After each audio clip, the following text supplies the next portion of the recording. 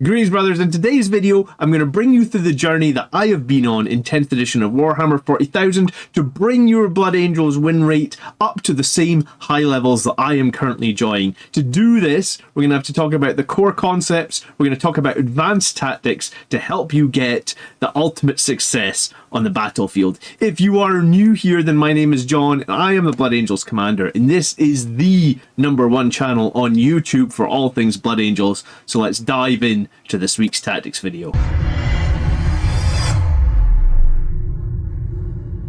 In today's video, we're going to be having a much more top-level approach. So rather than talking about individual units or army lists, which I have covered tons of times on the channel, and if you stay to the end of the video, I'll actually link both playlists. And there's hundreds of other videos you can get into to learn more about units or winning army lists. And Blood Angels have had some resurgence of massive win rates since the balanced data slate just months ago. We are seeing tournament after tournament win by Blood Angels. So I've got all that to share too, but for now let's talk about how those tournament winning players are actually achieving this. I've spoken to some of them and I've got my recent win rates from 10th edition to talk to you about as well. I was playing Gladius for the first 21 games here. This included my tournament performance. We had a 71% win rate, but since the data slate we have moved to Sons of Sanguinius on the right, and look at this, we are at 100% wins, and I'm definitely not playing anything that would be considered meta. My lists are quirky and unique, but I think it shows that if you put in the effort and you learn all these different things,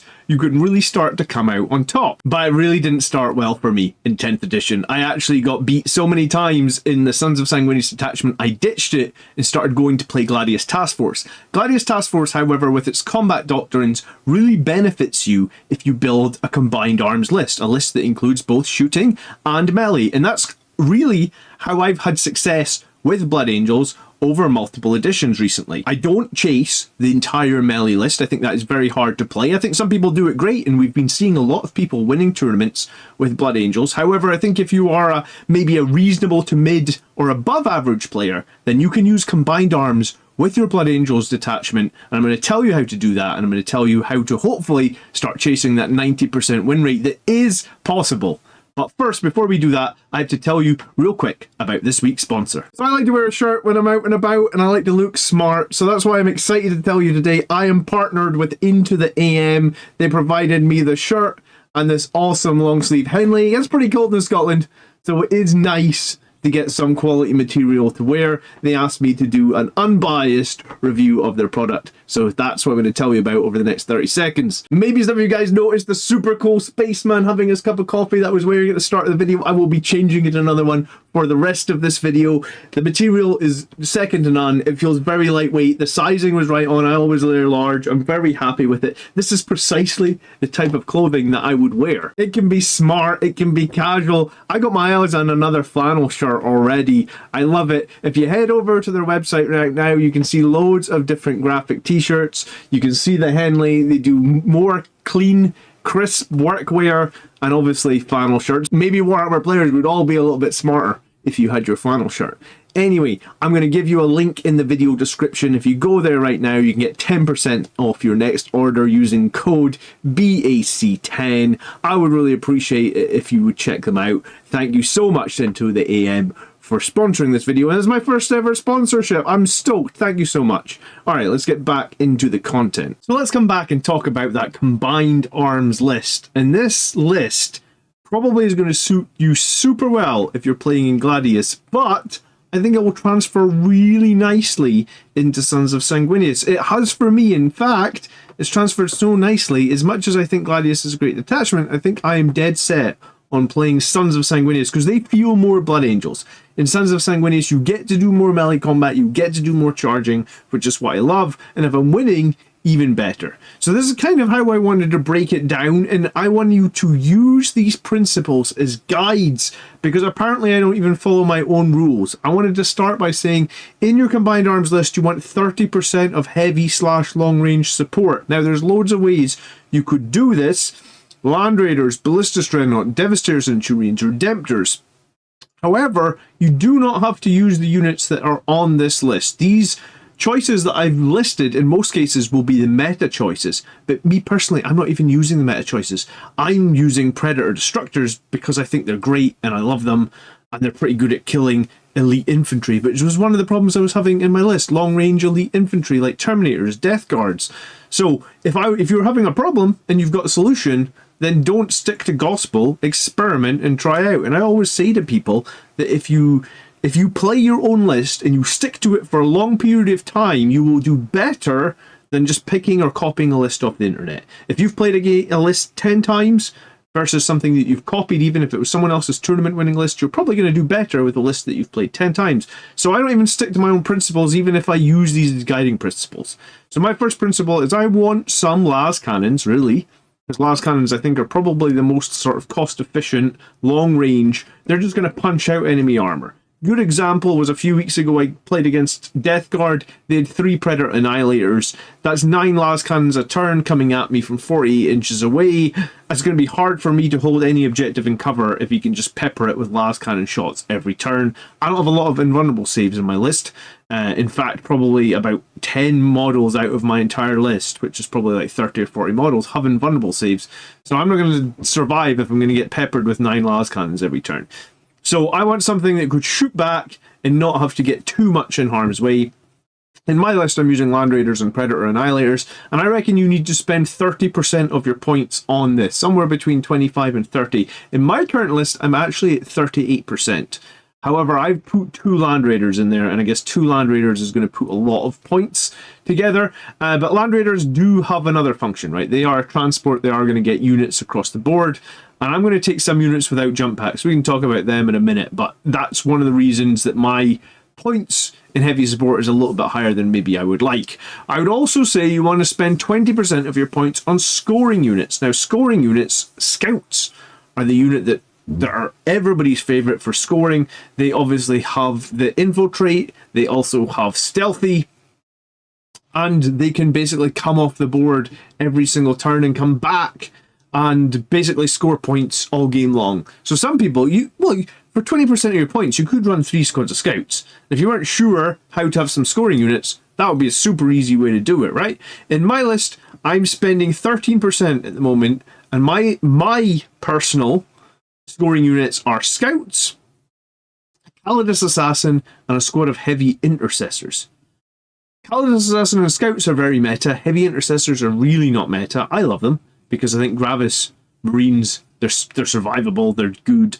I like the heavy intercessors. I've got a whole other video on heavy intercessors. Search for it if you want to find it. But infiltrators and intercessors are the 2 that people swear by. Intercessors give you sticky objectives. Infiltrators give you that 12-inch deep strike denial. These are scoring meta units. Fill out 20% of your list. My list actually only has 13%, so I'm probably a bit light. Probably by having those extra Land Raiders, I've had to give some sacrifices, so that's where I'm at. For characters, I would say 15% of your list would be best. That would be 300 points in characters, but I think a lot of people find characters very, very useful. Blood Angels players want to attach more, so you can maybe push this to 20%. If you are finding yourself with more than 20%, which would be more than 400 points in characters, my personal opinion is you've got too many characters.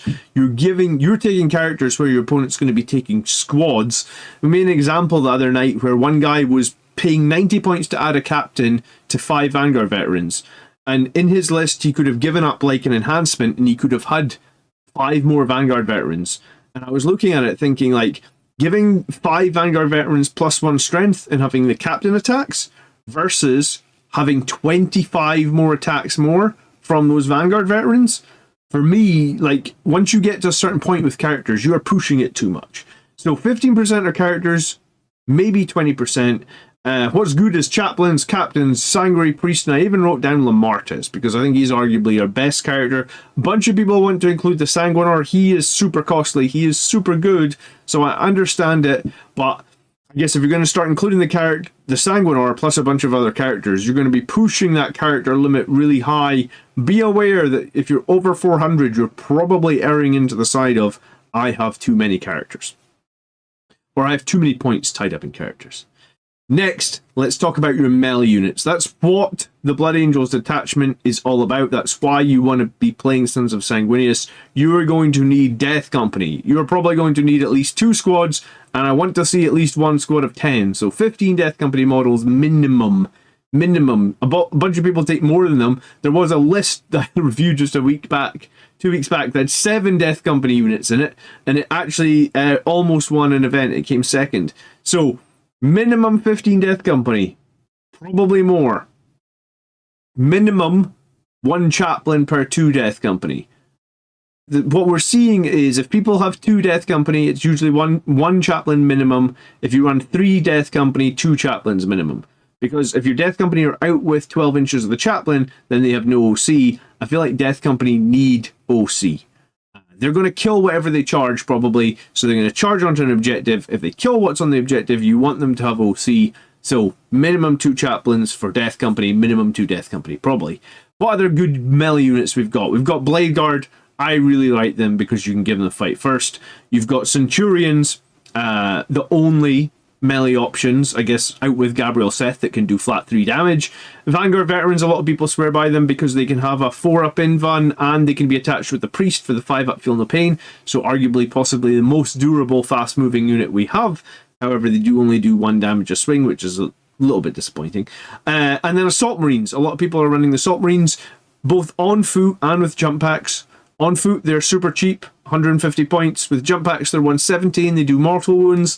So 50% of your army, and here I've failed at my own rule again. I actually only have 36%. It wasn't until I actually broke this army down, and it was like, oh geez, I only have 36%. But I guess what I have is the Land Raider Redeemer. And the Land Raider Redeemer is like 260 points, which I guess if I dropped the Redeemer, I would be right back up there. And my list is using that Redeemer to deliver the Centurions, and I have a second Land Raider that's going to deliver me my Blade Guard. So arguably my 2 most durable, heavy-hitting units, I think, because Blade Guard are very heavy-hitting now with their baked-in rerolls. Centurions are, like I said, they're the 3 damage heavy-hitting. I'm going to deliver them both fairly reliably, and that comes, I suppose, onto my point that I wanted to make in this list, which was next, about charging and getting reliable charges. So, if you're going to do combined arms, look at this. Use it as a template. You don't have to pick any of the units that I'm playing. You don't have to even, I suppose, copy it 100%.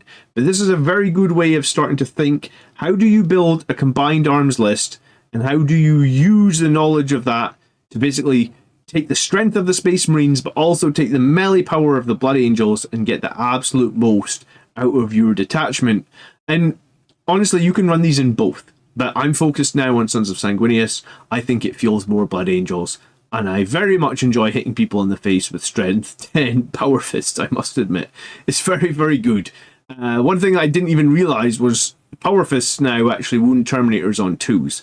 So that is really nice. A big change, actually. If you're playing something like Grey Knights that have a lot of Terminators, then Death Company are super good once more against them. You don't have to pay any stratagems. If you've got the 10 with Lamartes, you're lethal hitting and you're wounding on 2s. It's so tasty.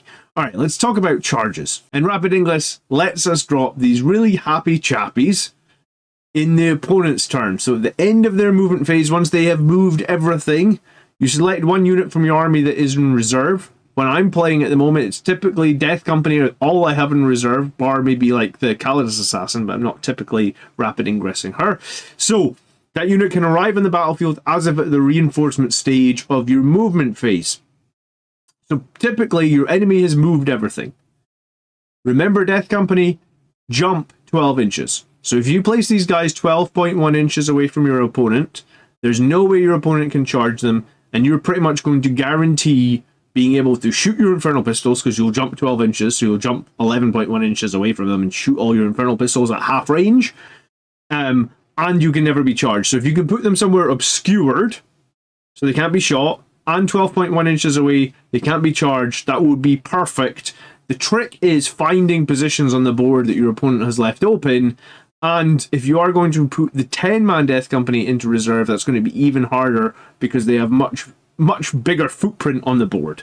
So you cannot use this stratagem to enable a unit to arrive in the battlefield during a battle round. It would normally not be able to do so. So you're not doing this in turn 1, but you are able to do this in turn 2 and turn 3, and it costs 1 CP. And when I've been building my list as of late, like I really mentioned that you wanted 15 Death Company, I think a 10 and a 5, I have always been starting the 5 off the board with the intention of rapid ingressing them. I've been starting the 10 on the board unless there's a solid reason for the 10 not to be started on the board. Perhaps my enemy has tons of indirect fire and I don't like the idea of getting my 10 across the board without taking too many losses. That's literally the only way I'm not starting my 10 man on the board. I use my 10 man to jump from cover to cover and threaten, and I use the 5 rapid ingress to bring them down wherever the opponent is not paying 100% attention and deliver a killing blow. Now, these guys will do insanely good. Basically, strength 10 fists on the charge if they're attached by a chaplain, which I do and I recommend you do as well. Then you're going to either get lethal hits from Lamartas or you're going to get +1 to wound from the chaplain, and the chaplain is just, he's just devastating. Strength 10 with +1 to wound costing no CP, 205 points, 5 Death Company, 5 Power Fists, 5 Infernal Pistols, plus the chaplain does some mortal wounds as well. It's an amazing squad. When I was at the tournament running Gladius, I ran 1 squad of Death Company, 205 points, and my biggest takeaway from that event that was last at was I should run 2 squads of Death Company, at least, and have a chaplain leading both, because they do so much damage. Yes, they die quick, but they just deal so much damage, and we're going to try and play them where they're the ones always making the charge. They are the aggressors. They're coming in for rapid ingress and being untargetable or unchargeable and then charging, or they're jumping up the board. And I got a couple of examples like that, and I actually put together an example on a really weird terrain map that we played recently. So this was a very difficult game to play. I was playing up against Eldari, and you can see here that the terrain is... We use tournament maps, and this was one of the UTC tournament terrain layouts, and you can see here that there's very few objectives that are sitting with cover, except the home field objective. And because of this, this is, I guess, one of the other reasons to consider having some heavy armor.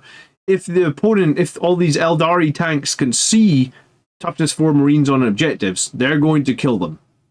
This was a super low scoring game. This is actually turn, I think, 3 or 4, and it was only a 33-15 point game, because every time I put stuff on these midfield objectives, it was getting killed, right? By all the Eldari shooting. So that will happen, so that's something to consider as well. But my point in this game was I put some markers on this picture to just give you some hints on what I've learned or what I would do. When I set this game up to deploy, I would typically find the biggest obscuring piece of terrain that I can find, and that would be where I'm placing my 10 Death Company. 10 Death Company in Lamarta is completely obscured. Like, I do not want any losses until the opponent can see me. If they have some indirect, I guess I'll weather the indirect with -1 damage and the cover and stuff. But I want to position them where they are completely obscured. Now, this map was really difficult, actually, for me, because there was nothing big and obscuring in the middle. So if a deployment zone is the lines down here, sort of like 12 inches from the middle, then there's nowhere for this Death Company to get into the middle and threaten on the Eldari. So I actually sat them here for 2 or 3 turns. I think this might have been the wrong call when I was playing the game, but I was like, sometimes it is worth sitting on your jump units. Sit on them for a couple of turns. They don't need to come out. They don't need to be killing stuff early. If you get later in the game when your other units have done a bunch of work, and that's one of the reasons this combined arms works well, because all these las cannons, I think this list has, what, 8 las cannons in it, and then a Land Raider Redeemer. So the 8 las cannons will do damage over the course of the game, and if they've softened a few things up, at the end of the game when this Death Company came out, they actually just ran over the opponent and completely won the game. I finished this game, although it says 33-15 in the top, finished 76-17. So at the end of the game, the 2 Death Companies coming in did insane. So this Death Company sat and hid. And if there had been a nice position in the middle of the map, and this is this example here, this Death Company could have probably started in this piece of terrain here. However, you would have been able to see into this terrain if he'd positioned some tanks over here. So I would have taken some losses. But a normal move from that 10-man Death Company would be to basically advance into a midfield piece of terrain. That's literally all you have to do with them. You don't have to come running out. You don't need to get into combat early. You just want to advance into a midfield piece of terrain and then use that piece of terrain as a staging ground, right? For like pushing out and making one of those 6-inch charges I talked about earlier. Because if you measure 12 inches out this middle piece of terrain, then you would basically be 12 inches from the middle terrain is almost on top of that tank. You'd probably be making like a 3 or 4 inch charge onto that tank at that point. So that would be very, very good. And then I put an orange star on the piece of terrain at the top because that's actually where the 5-man Death Company rapid ingressed into.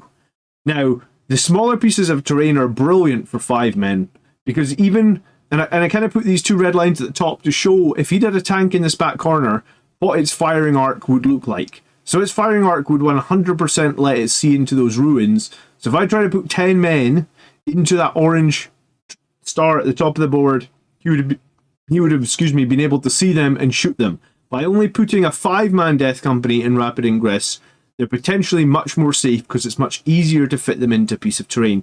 You could also argue they might have been able to fit into this midfield position where the green arrow is pointing to, because all 5 of them could have pushed pretty close to the wall, and unless his tank was sitting almost where those 2 Centurions are in the top left, it probably wouldn't have been able to see into the terrain as well. So 5-man in rapid ingress is amazing.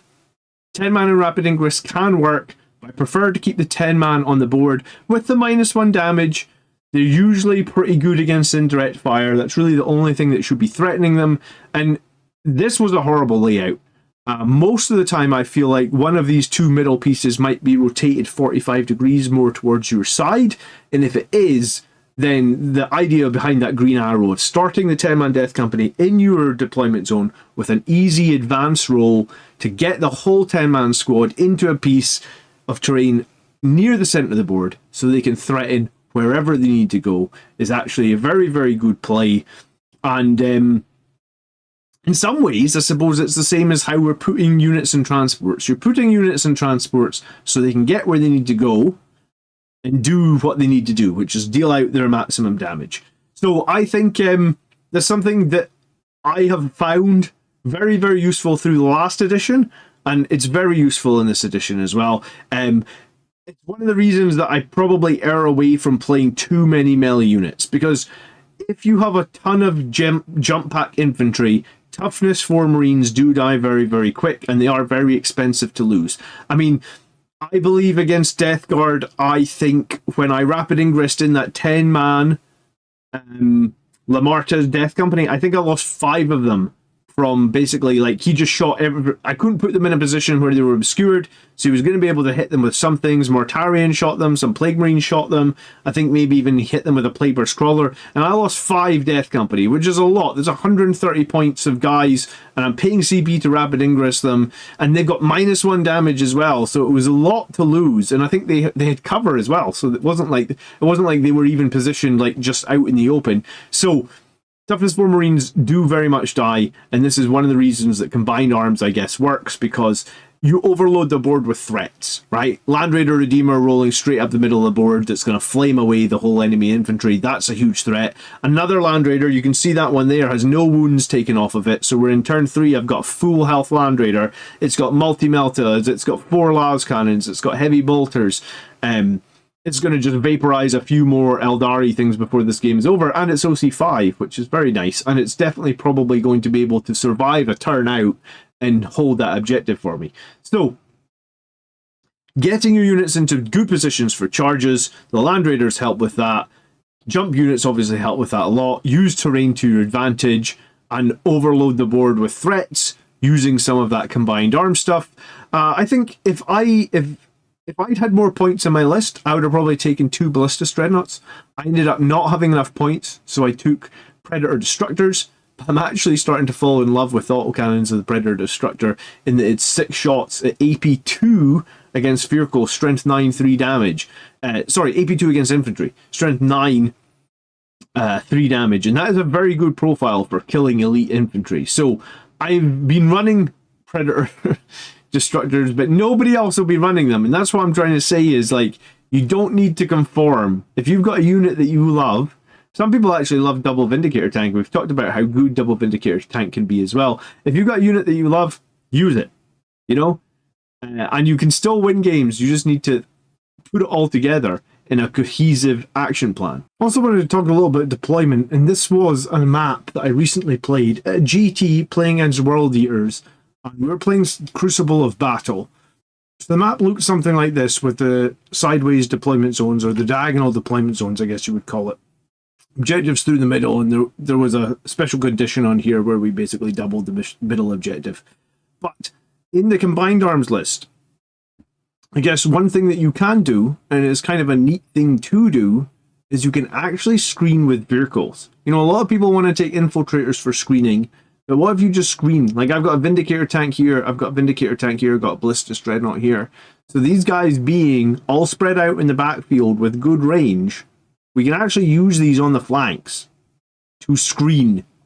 So when people bring in stuff on the flanks, which inevitably happens, then they're going after a T10 or more tank.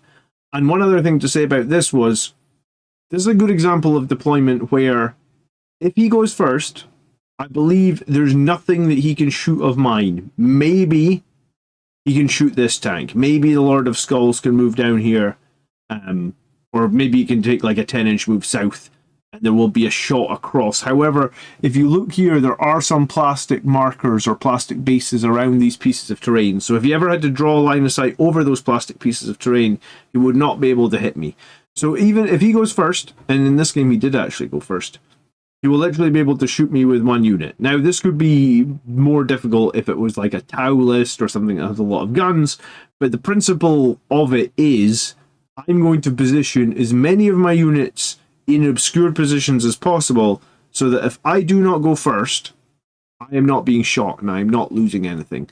And the core units, the ones that I really cannot take losses on, in this list it was my aggressors, they're hiding right at the back here. It was the Death Company, they're hiding here. So basically the units that I do not want to be shot in any way, shape or form are there, and the one unit he's going to be able to shoot is a toughness 12 repulsor with a 3-up save. So in my current lists, if you see me play them on the channel, you'll probably see them played where, yes, I am maybe deploying my 2 Land Raiders a little bit more aggressively, but Land Raiders typically survive a turn against most things, so I feel like I'm going to deploy the Land Raiders where a few of his things might be able to shoot them. Not the end of the world. If I go first, it means my Land Raiders can probably deal out some nice turn 1 damage, but for the most part, learn to deploy so that your most core units, we talked about that 10 Death Company Lamartas, that would be one of your core units. That unit should never get shot in turn 1. Arguably, it should be able to jump from where it's deployed to another piece of terrain. Like if this was the case, maybe your 10 Death Company are here. Yes, that's a little bit far back. Turn 1, though, they just jump in here. And they just sit 1 inch from this wall so that you can't be fought through the wall. And then they've got a brilliant opportunity. If you had 10 Death Company behind here, in the middle piece of terrain, you could threaten like 3 objectives. Very, very easily. So, deploying is so important. Army list building, so important. Making your charges, so important. And all these tactics, tips and tricks and top level stuff, it's just the tip of the iceberg, my friends. I've got so many more videos breaking down units, tactics, army lists.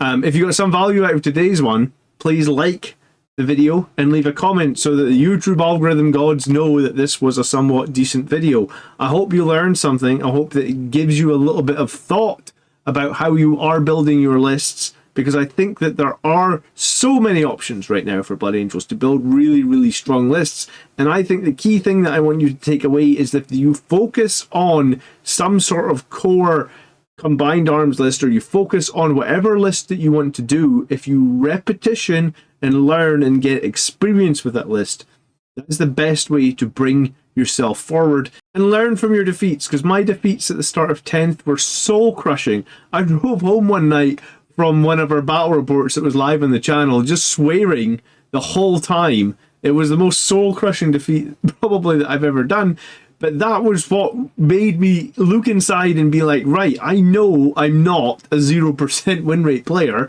I've had some tough times, but I've never had a time before where I was like, I'm a 0% player. What do I need to do? What can I change? How does this fit my style? And hey, the always be charging style of Blood Angels, while it is good, I like to play the BAC style, which is the combined arms. It always works for me. I enjoy it very much, and it feels so good to be playing Sons of Sanguinius Detachment again. I'm going to be announcing our GT this summer. So if you are near Scotland, you want to come to a GT, the tickets are going on sale next week. So keep an eye out for that. Thank you ever so much for watching to the end of the video, and thank you to Into the AM one last time for sponsoring the video. Please use the link in the video description, and remember your coupon code BAC10 for 10% off your order. I will catch you next week, my friends. By the blood are we made strong. Peace.